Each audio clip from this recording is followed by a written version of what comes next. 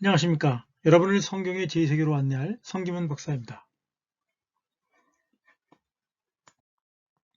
아시죠? 여러분의 성경 제2세계 공부의 필수품 구독과 좋아요, 알람 설정까지. 그리고 마음이 내키시는 분들은 자발적인 수강회비 계좌를 알려드릴 테니까 후원을 부탁드립니다. 네, 제이스 클라 교수는 제가 그 영국에서 유학할 때 저보다 좀 몇 년 늦게 학교에 와서 공부를 열심히 하던 참 재밌는 학생이었는데 지금은 이제 미국의 그 커버넌트 대학교, 커버넌트 신학대학원의 구약 교수로 있습니다. 자, 제2문법 시리즈 내용을 간단하게 소개하겠습니다. 스컬러 박사의 분류법에 따라서 히브리 본문과 영어 혹은 우리말 성경의 번역 용례를 비교하여 필자가 이해하고 있는, 제가 이해하고 있는 구약제의 체계와 비춰서 어떤 번역이 더 적절한가, 어떻게 해석하는 것이 더 적절한가를 찾아보는 것이고요. 또 거기에 적절한 히브리 문법 내용도 간단하게 아마 첨가해서 소개할까 합니다. 사실 우리가 다루려고 하는 구약 제2문법 문장 구조는 아주 단순합니다. 그런데 이제 문제는 키페르 동사 자체와 또 거기 제2 과정 속에서 드러나는 혼란함을 해결할 필요성을, 그 절실함을 느끼고 있기 때문에 그 부분을 이제 여러분들과 함께 상기시켜 드리고 또 그 전하름의 그 잠정적인 해결책을 한번 찾아보려는 그런 목적을 가지고 있습니다. 그리고 이제 그 내용은 각각의 이 스클라가 분류한 항목을 양이 많은 거는 한 번에, 혹은 그렇지 않은 경우에는 한 항목을 한 번에, 혹은 여러 개 항목을 한 번에 해서 이렇게 순차적으로 살펴보려고 합니다. 네, 이 표는 제가 이 스클라의 분류를 저 나름대로 한번 정리를 해본 표입니다. 자, 스클라의 분류를 소개할게요. 네, 스클라는 키페르 혹은 여러 가지 다양한 동사 변형 형태로 나타나게 되는데 거기와 전치사의 용례를 크게 5가지의 범주로 나눕니다. 첫 번째는 이제 동사와 R이라고 하는 전치사, 그리고 목적어. 그 다음에 두 번째는 동사와 직접 목적격 불변화사 플러스 성소. 세 번째는 키페르와 베아드 플러스 목적어, 사람인 경우. 그 다음에 이제 키페르와 베트, 전치사죠. 거기다가 이제 또 붙어 나오는 경우. 다섯 번째는 푸알형입니다. 그래서 쿠파르 플러스 라메드라고 하는 전치사가 붙어 있는 경우를 이제 어떻게 해석을 학자들이 해왔는가에 대한 이제 분류와 스클라 박사 자신의 이제 해석이 붙어 있는 내용이 이제 제가 말씀드린 이 분류표인데요. 제가 이제 그 분류표를 따라서 가면서 이제 저 나름대로의 코멘트를 붙여볼까 합니다. 이제 일본 항목의 경우에는 7개로 분할을, 더 세분화를 시켰어요. 그래서 일본의 경우는 이제 R이라는 전치사 플러스 목적어, 사물인 경우. 두 번째는 R이라는 전치사 플러스 목적어, 사람인 경우. 세 번째부터 7번째까지는 문장이 더 복잡해지죠. 그래서 R 플러스 목적어 플러스 민 플러스 목적어, 사람인 경우. R 플러스 목적어 플러스 민 플러스 목적어, 사물인 경우. R 플러스 목적어 R 플러스 목적어, 사람인 경우. R 플러스 목적어 플러스 배라는 전치사죠. 플러스 목적어, 이게 이제 도구격으로 주로 사용되고 있죠. 그 다음에 7번째는 R 플러스 목적어 배 플러스 목적어, 그래서 일반적으로는 도구격이라고 번역되죠. 그 다음에 플러스 R 플러스 목적어. 그래서 이제 7번째의 경우에는 영어 번역에 보면 이제 for가 2개가 나옵니다. 그것도 한번 여러분들이 나중에 보시면 알게 될 테니까요. 그렇게 1번 항목은 7개로 세분화될 수 있고요. 네, 안녕하십니까. 오늘은 그 기페르 R 사람 해석 논란에 대해서 살펴보도록 하겠습니다. 뭐뭐를 위하여 혹은 뭐뭐를 대신하여 뭐뭐를 그렇게 해석할 수 있는 여지가 있는 구문이죠. 자, 오늘 공부에 사용된 표현을 보면 기페르 플러스 R 전치사 플러스 사람과 전치사 플러스 분사가 사용되고 있습니다. 이거는 이제 제사장의 일반적인 제사를 넘어서 다른 매체들을 사용하는 것을 또 의미하기도 하는데요. 오늘은 상당히 많은 걸 살펴보게 될 것 같습니다. 레위기 17장 11절, 23장 28절, 민수기 8장 12절, 19절, 21절, 민수기 15장 25절, 28절, 민수기 17장 11절, 민수기 17장 12절, 25장 13절, 28장 22절, 30절, 29장 5절, 31장 50절, 에스겔서 45장 15절, 역대기상 6장 34절, 역대기하 29장 14절을 살펴보도록 하겠습니다. 이 괄호 안에 있는 거는요, 이게 그 마사라 본문하고 우리가 일반적으로 사용하고 있는 번역 본문하고 장절이 틀리는 경우가 있어요. 그래서 그거를 말씀드리는 겁니다. 자, 첫 번째 우리가 살펴봐야 될 것은 레위기 17장 11절과 23장 28절입니다. 17장 11절은 이제 피해 용도에 관한 얘기고요. 23장 28절은 이제 매년의 절기의 제물을 말하는 거고요. 거기는 이제 뭐 시선에는 피해 역할, 그걸 다루도록 할 수가 있겠습니다. 자, 레위기 17장 11절 전치사 플러스 분사 카페르, 전치사 R 플러스 사람이죠. 그래서 공동번역 개정을 보면 이제 그는 너희 자신의 죄를 벗기는 제물로서 뭐 이 세번역이나 공동번역은 그 특징상 약간 의역이라고 할까요? 그런 부분이 있어요. 물론 이제 이게 제단에 피를 두는 것이 너희 생명을 대신하는 기능을 주는 것이다. 그렇게 기능을 부여하는 거죠. 그런 행위에 대한 기능의 부여를 얘기를 해주고 있는데 공동번역은 너희 자신의 죄를 벗기는 제물이라는 표현으로 키페르라고 하는 말을 그렇게 사용하고 있습니다. 이 네페쉬라고 하는 말이 이제 사실은 자주 등장하는 것은 아니에요. 보통은 이제 인칭 대명사로 그냥 끝나는데 여기서는 너희의 생명 그렇게 번역하자면 그렇게 그런 표현이 사용되고 있습니다. 그 다음에 이제 23장 28절은 이제 아주 전형적인 표현이죠. 레카페르 분사형 플러스 R 전치사고요. 거기다가 이제 사람이 사용되고 있는 거죠. 공동번역 개정을 보면 이제 이날은 너희의 죄를 벗기는 예식을 올리는 날이다. 하여튼 벗기는 거를 좋아하는 공동번역에서는 일관되게 이제 벗긴다라는 표현을 사용하고 있는 거죠. 이것은 이제 욤키푸르의 제물, 이쉐, 뭐 음식 예물이라고도 볼 수가 있겠죠. 뭐 화제물이라고 번역되기도 했지만 이쉐 음식 예물로 주로 번역합니다. 그런 욤키푸르의 제물을 드리는 의식을 지칭하는 것인데 과연 제가 계속 살펴보고 있듯이 죄의 용서를 받기 위한 것이냐, 그걸 한정할 수 있느냐, 그런 문제의 여지가 있습니다.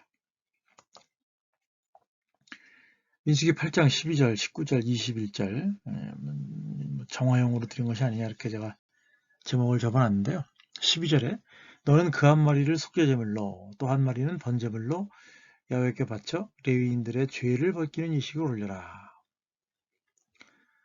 이건 공동번역 개정인데요. 레위인을 대신해서, 그러니까 레위인을 사역자로 이제 헌신하는, 봉헌하는 그런 의식을 말하는 겁니다. 그래서 황소 2마리를 정화용으로, 번제물용으로 드리는 의식을 말하는데, 제가 계속 말씀드리지만 정화제물이 혹은 번제물이 죄의 용서를 받는 목적이냐? 그렇게 말하기는 어렵다는 거예요. 아니라는 얘기가 아니고 특정하게 죄의 용서를 받게 하는 목적이다라고 하는 레위기 4장이나 5장 같이 그런 경우가 아니라면 이 정화제물의 경우에는 번제단의 오염을 씻는다.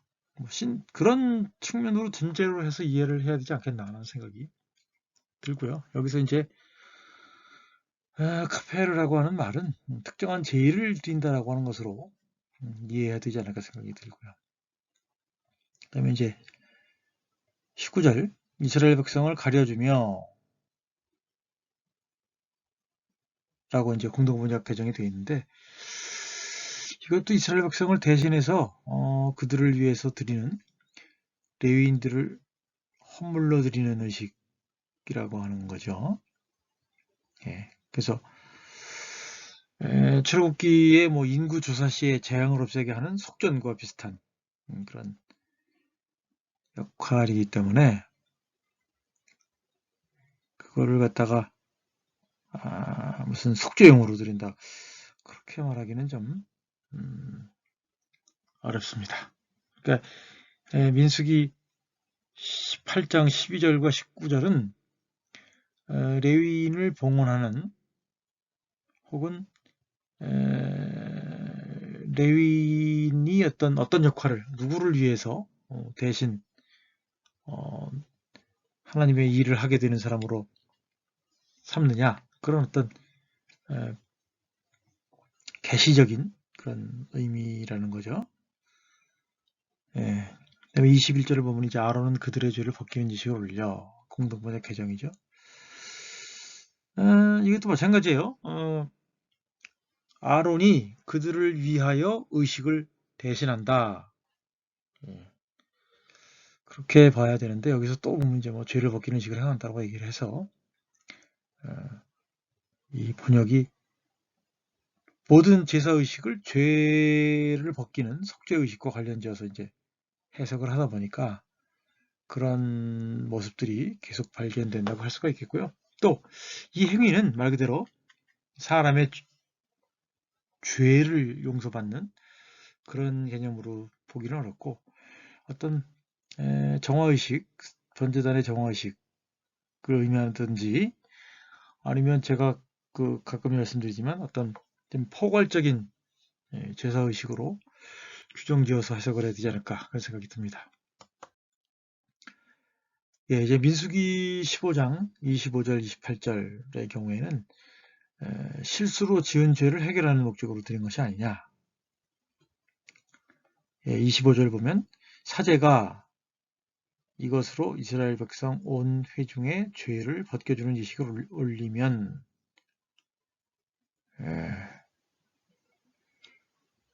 이제 사제가 이스라엘 온 회중을 대신해서 그들을 위해서 이제 제사를 드리는 것을 말하기는 하지만 그것을 이제 죄를 벗겨주는 예식이다. 그렇게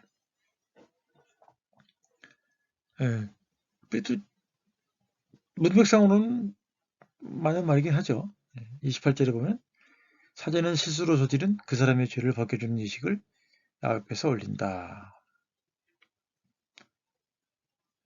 제사장이 실수로 범한 자의 죄를 용서해 주기 위한 제의 행위를 수행하는 것이지요. 그러나 이제 키페르 자체를 죄를 용서한다, 죄를 용서하는 의식이다라고 말할 수 있는 것은 이 키페르 자체보다는 전후 문맥이 제가 말씀드린 것처럼 죄 용서와 관련된 문맥이라면 그 키페르가 속죄의 의식이라고 볼 수가 있겠지만 전반적으로는 어떤 제사장이 누구누구를 대신해서 행하는 희생 제사 의식으로 이제 규정하는 것이 더 적합하지 않나 생각이 듭니다. 민수기 17장 11절, 12절의 경우에는 더 좀 독특하죠. 그래서 그 백성들의 불평에 대한 재앙, 하나님의 진노와 향의 역할을 다루고 있습니다. 그래서 11절에 보면 모세가 아론에게 한 말이죠. 급히 회중에게로 가서 향로의 향을 피워서 그들을 위하여 속죄하라. 개역개정이고요. 공동번역개정은 어서 회중이 있는 데로 가서 그들의 죄값으로 받을 재앙을 막아주시오.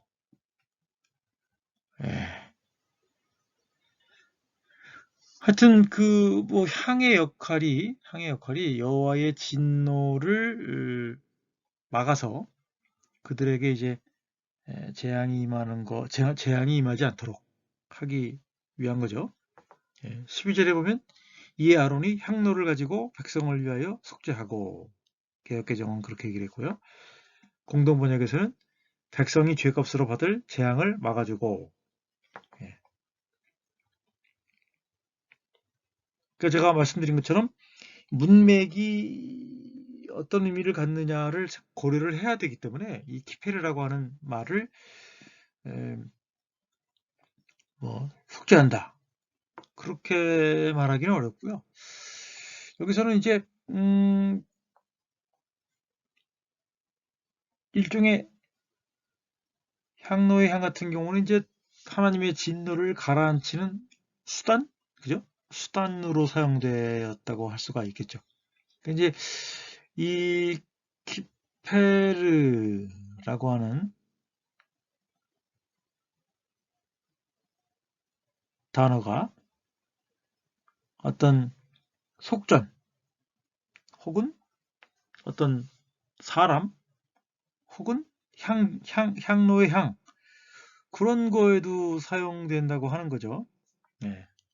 그래서 향로의 향을 피워서 하나님의 진노를 완화시키는 혹은 진노를 중단시키는 일을 맡은 것이 바로 제사장의 몫이었다고 하는 거죠. 그래서 이 본문들을 보면 제사장의 그 키페르 행위가 레위기에서는 이제 제물을 드리는 혹은 종화제를 드리는 혹은 뭐 번제를 드리는 그런 데서 벗어나서 어떤 일반적인 제사를 드리는 행위나 혹은 피를 사용하는 것을 넘어서서, 그죠? 어떤 뭐 사람이나 혹은 향의 역할도 언급하고 있다고 하는 겁니다. 민수기 25장 13절 혹은 28장 22, 30절에 보면 여기서도 이제 뭐 죄의 용서를 말하는 거냐, 제단을 정화하는 거냐, 그런 논란의 여지가 있을 수 있어요. 13절에 보면 그가 자기의 하나님께 정성을 바쳐 이스라엘 백성의 죄를 벗겨주었기 때문이다. 여기에서는 이제 제사장의 직분의 목적을 수행하려는 열심을 언급하고 있는데, 그러나 과연 제사장의 직분이 속죄만을 위한 것이냐? 근데 그건 아니라고 하는 거죠. 또 22절에 또 속죄제물로 순념소 한 마리를 바쳐 너희의 죄를 벗어야 한다. 공동번역 개정판의 해석이죠. 여기서 이제 매년의 절기로서 6월절에 정화제물을 드리는 목적을 얘기를 하는 거죠. 이거는 이제 너희를 대신하는 제의를 하도록 뭐를 드려야 된다라는 식으로 그렇게 해석하는 것이 더 적절하지 않을까 생각이 듭니다. 제가 앞서 말씀드린 것처럼 정화제물의 이 목적은 사람의 죄를 용서하는, 특정한 사람의 죄를 용서하는 것뿐만 아니라 다른 용도로도 일반적으로는 이제 그 제단을 정화하는 그런 목적으로도 이제 사용되기 때문에 지나치게 이 개인의 어떤 특정한 개인의 죄를 용서받는 것으로 국한해서 이야기할 수는 없지 않을까 생각이 들고요. 30절에도 또 순념수 한 마리를 바쳐 너의 죄를 벗어야 한다. 공동번역 개정 매년의 절기로서 77절의 제물을 드리는 목적을 얘기해주고 있어요. 여기서는 이제 카페르가 사용되었기 때문에 민수기 주석을 쓴 바룩 레비는 이것도 정화제물이다. 그렇게 얘기를 합니다만 앞서 말씀드린 것처럼 77절에 다양한 여러 가지 제물들에 대한 언급을 얘기하면서 카페르를 얘기하고 있기 때문에 그것이 꼭 개인의 죄를 용서받는 그런 용도로 사용되었는가는 말하기가 어렵다는 거죠. 또 그리고 중요한 게 민수기가 말하는 매년의 절기에 따르면 규례에 따르면 거의 대부분의 절기에는 정화제물이 포함되어 있어요.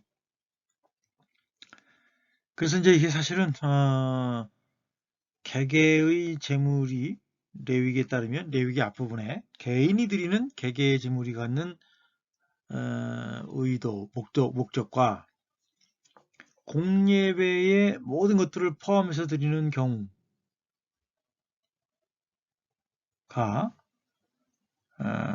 어떤 용도를 사용되느냐 하는 문제는 좀 고민해 볼 여지가 있다고 하는 거죠.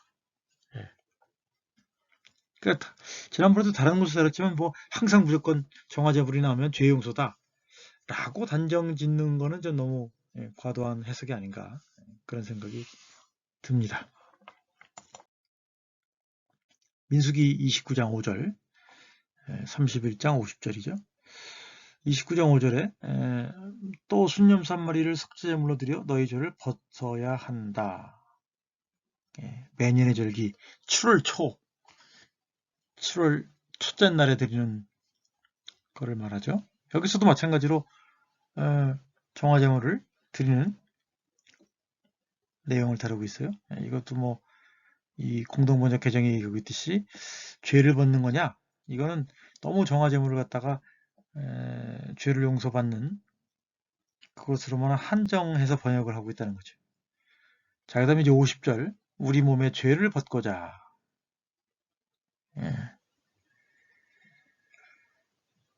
공동번역 개정이죠. 그런데 이거는 더 충격적인 게 뭐냐면 미디안과의 전투에서 이스라엘이 탈취한 전리품으로 만든 팔고리, 팔찌, 안장반지, 귀걸이, 목걸이를 헌물로 바치는 그런 목적이거든요. 그래서 이 공동번역 개정은 우리 몸의 죄를 벗고자 말씀을 잘 안 지켜가지고 이제 다시 사람들이 빼앗은 것을 드리는 장면이기 때문에 우리 몸의 죄를 벗고자 이렇게 라고 말하고 있지만 과연 그런지 그래서 이제 제가 앞서 말씀드린 것처럼 다양한 용도, 다양한 항목을 가지고 제사장이 드리는 이런 제사를 키페르라고 하는 표현을 가지고 사용하고 있기 때문에 레위기 4장과 5장의 것을 가지고 구약 전반에 나오는 키페르를 속죄하더라고 번역해야 되는지 하는 것은 제가 항상 의문을 갖는 주제라고 하는 거죠. 자, 이제 에스겔서 45장 15절 볼게요. 전치사, 분사, 전치사, 사람들. 이거에 대한 세 번역은 이제 백성은 어린 양을 한 마리씩 바쳐서 그들을 속죄하는 곡식제물과 번제물과 화목제물로 삼도록 하여라. 공동번역 개정은 200마리에 한 마리씩 예물로 바쳐야 하는데 번제물과 친교제물로 바쳐서 죄를 벗어야 한다. 이런 번역들에 따르면 곡식제물과 번제물과 화목제물도 죄를 용서받기 위한 목적이냐 아니면 그들을 위한 혹은 그들이 내는 희생제물을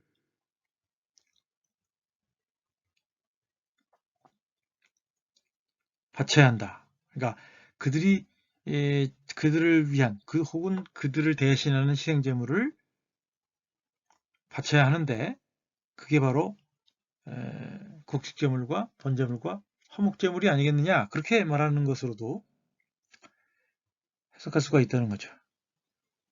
예. 그러니까 뭐 여기는 저 주어가 지사장이 아니라 분사형을 쓰냐고 물어봤지만 어떤 목적을 말하려고 하는데 이제 전치사 레를 사용했다고 한다면 어떤 재물을 드리는 것에 대한 부연 설명으로, 목적으로 이런 표현을 사용하고 있는 것이 아닌가 생각할 수 있겠습니다. 자, 역대상 6장 34절.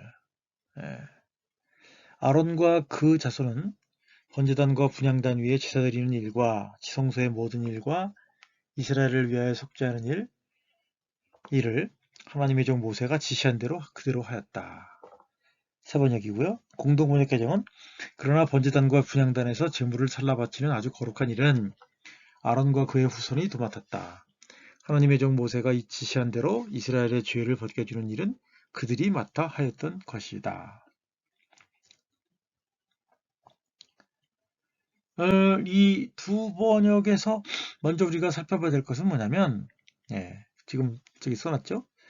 그 해석이 장소를 얘기하느냐 혹은 직분을 얘기하느냐에 따라서 세 번역과 번역본들이 다르다는 거죠. 그래서 세 번역은 그걸 갖다가 지성소의 모든 일이라고 번역을 했고, 공동번역 개정은 아주 거룩한 일, 제사장들의 역할이 이제 아주 거룩한 일이다. 그렇게 해석한에 따라서 이제 세번역과 공동번역 해석이 달라지는데, 여기 또 이제 나오죠. 이스라엘을 위해 속죄하는 일, 이스라엘의 죄를 벗겨주는 일. 이거는 제가 말씀드린 것처럼 너무 지나치게 그 의도를 국한시키고 있는 것이다. 그래서 우리가 계속 살펴보고 있듯이 아론이 하는 일은 희생제물을 헌제자를 대신해서 드리는 일인데 과연 그게 속죄하는 일로만 국한되느냐? 그거는 의문이 드는 거라는 거죠. 자, 역대하 29장 24절. 제사장들이 제물을 잡아 그 피를 속죄제물로 제단에 부어서 온 이스라엘의 죄를 속죄하였으니, 뭔 소리냐라고 제가 써놨죠.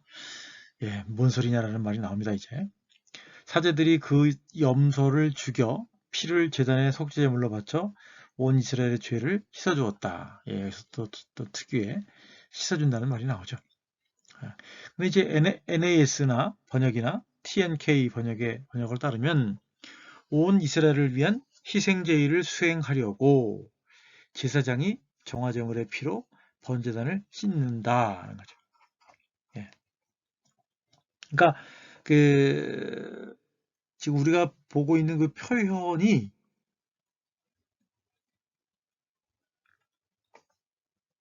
어떤 결과로 보여지고, 정화제물의 피로 번제단을 씻는 것이 하나의 수단 혹은 전제로 번역할 수도 있는 거죠. 하여튼 중요한 거는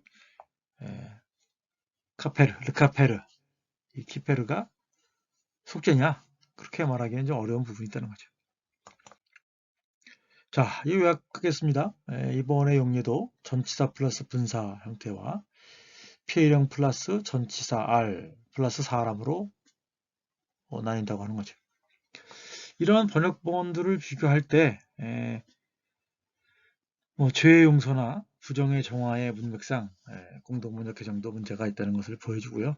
그 다음에 이제 전치사 플러스 분사 형태도 이전 강의에서 자세히 다뤘고, 이번 논의에서는 일상적인 재물드림에 이어서 매년의 제의에서 제단을 정화하는 역할이라든지, 또 제사장의 향이나 헌물, 사람, 심지어 다른 재물도 그 특정한 속죄제의에 포함되는 것으로 보기에는 어렵다는 점을 또 한번 검증을 해보는 시간을 가졌습니다. 네, 오늘 강의는 여기까지입니다. 감사합니다.